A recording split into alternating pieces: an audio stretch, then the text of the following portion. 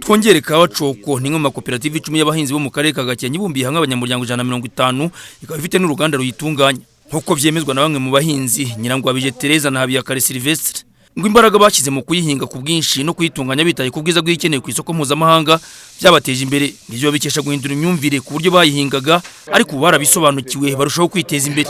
Buriya iyo abantu bishyize hamwe nta kibananira.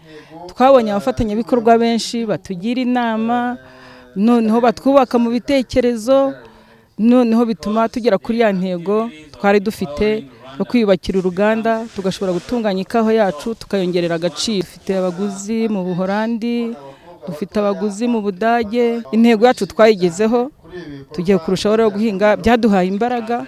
Uyu munsi turimo twagura ibikorwa by'ikawa, mwabonye ko turi kubyinjiza mu rubyiruko kugira ngo kawa ikomeze yaguke tuyinoze mu bwiza no mu bwinshi.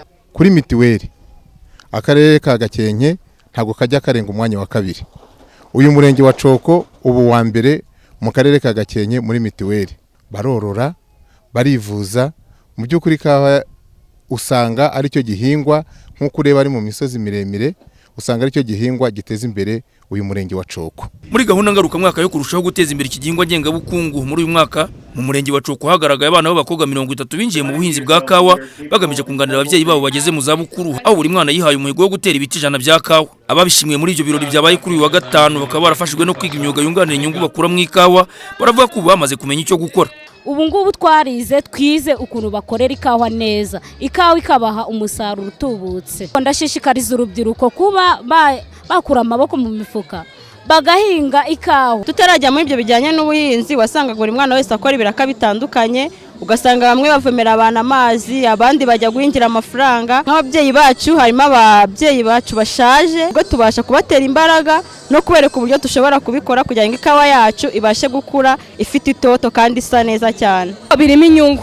Ngo rero nashishikariza urubyiruko cyane uko bakura amaboko mu mufuka, abafite ababyeyi bahinga ikawa nabo bakabunganira bagasaba ababyeyi bakaba bahinga ikawa. Ubwo bukangurambaga bwo guhinga kawa ku bwinshi hitawe no kubwiza bw'ikenewe abahinzi babufashwamo n'umushinga kura ukorera mu turere twa Kawa na Gakenke aho ufite abafasha myumvire y'impuguke mu buhinzi no gukoresha neza amafaranga bakura mu ikawa zabo. Muzabikorwa wabo mu Rwanda muri ndababisha Jado aremeza ko imyumvire y'abahinzi yazamutse ko kandi bakumva ko n'abana bagomba gutozwa guhinga kawa ngo mu gihe bakomeza gushyiramo imbaraga bagira ku ntego zo guhaza isoko kandi abasaza bagasaza bishimye. Nibarushaho kongera umusaruro wavaga ku giti cy'ikawa kimwe aho ubu ngubu kuri kano karere ka Gakenke tubara ibiro 3 kuva ku giti, nibaramuka bazamuye bakagira byibura ku biro 5 6 ubwo urumva ko bazaba bongereye bwa bwinshi bw'ikawa. Rero ni ikintu ushobora kuba wakora kikazagufasha mu busaza. Abasaza bamwe dukora cyangwa abantu bakuze bamwe dukorana bavuga ko ari pension. Kugeza ubu mu karere ka Gakenke habarwa koperative 10 n'inganda 15 zitunganya. Imibare dukesha akarere ka Gakenke igaragaza ko kabarugamo abahinzi barenga 150 bo mu mirenge 6 bahinga yo mu bwoko bwa Arabica na Robusta. Twishime Jado mu karere ka Gakenke.